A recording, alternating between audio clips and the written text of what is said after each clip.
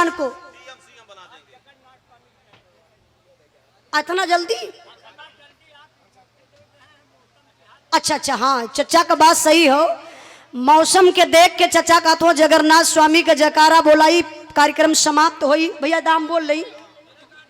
हाँ 1 मिनट, अब ना तनी हम बोल रही चचा नहीं। देखा जकरे घरे बाबू भैया, देखा हमन के तो गाना ले पड़ल हो, लेकिन जकरे घरे इज्जत का सवाल है ना, ओकरे दिल से पूछा। देखिए स्वर्गीय रामचंद्र यादव धर्म काटा वाले पंडित के प्रवास से 200 रुपए का पुरस्कार। और बड़का भैया लालचंद पटेल दस्तावेज लेखक आप धुरिया के धरती से 100 रुपए का पुरस्कार। बहुत बहुत भैया के प्रणाम। और सम्मान किए उदय भान यादव वार्ड नंबर 15 से पंडित के प्रवास से 100 रुपए का पुरस्कार। और 500 रुपए का पुरस्कार रामदरस प्रधान जी की तरफ से। राम भैया रामदरस है कि राम यादव प्रधान? राम यादव प्रधान चाहे रामदरस में फरियाद ना भैया। 501 रुपए का पुरस्कार प्रधान जी के चरणों में बहुत बहुत प्रणाम। और देखे श्री रामपाल यादव पांडे के पुरवा डेयरी मालिक आपके तरफ से 100 रुपए का पुरस्कार। इंद्रपाल यादव पोस्ट ऑफिस लालगंज पांडे के पुरवा से 100 रुपए का पुरस्कार। राहुल बिजनेस पॉइंट बर्मा नगर से 100 रुपए का पुरस्कार। और हमारे बड़े भैया विकास यादव प्रदेश सचिव समाजवादी पार्टी ग्राम पांडे के पुरवा से 200 रुपए का पुरस्कार। और 100 रुपए का पुरस्कार समाजवादी पार्टी सेक्टर प्रभारी अनुज यादव विश्वनाथगंज के धरती से। रमाकांत यादव कौन ठेकेदार?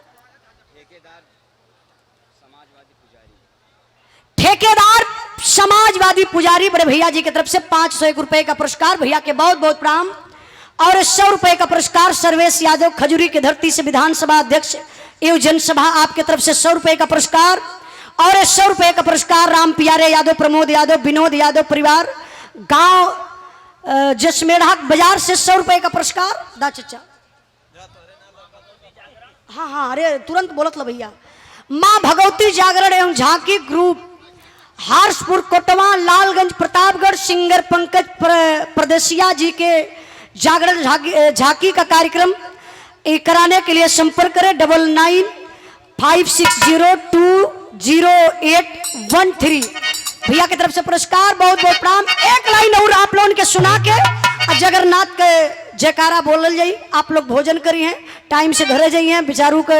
हम तो मालिक से निवेदन करब कि बारिश न हो, कार्यक्रम सफल हो जा।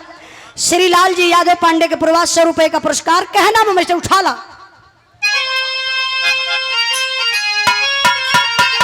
और माटी में मिला के छोड़ी है,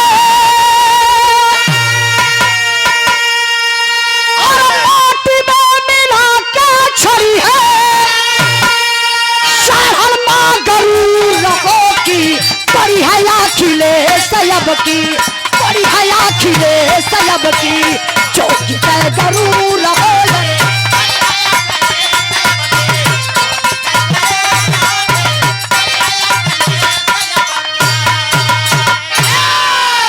वार्ड नंबर 15 से ग्राम पांडे का पूर्वा माननीय मुकेश कुमार यादव जी खाटू श्याम भक्त श्याम जल पीते ही चमत्कार हुआ। अच्छा क्या बात है, श्याम जल पीते ही चमत्कार। बहुत बहुत भैया के प्रणाम।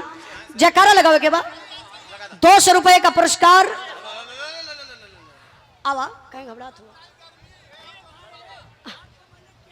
हाँ चाचा आप कहली जयकारा के लिए।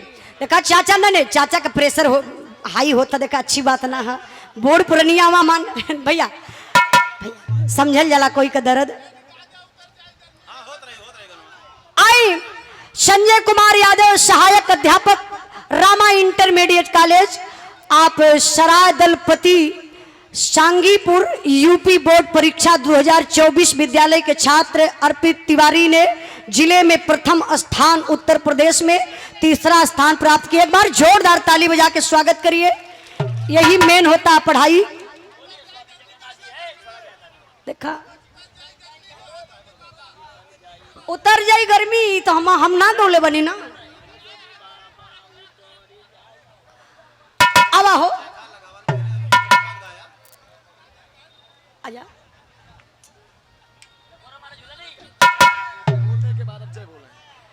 अच्छा देखिए, विकास यादव प्रदेश सचिव समाजवादी पार्टी ग्राम पांडे कपुरवा। बार बार भैया एक ही बात होत हो। आप लोग जयकारा लगा दीजिए। आवा आवा।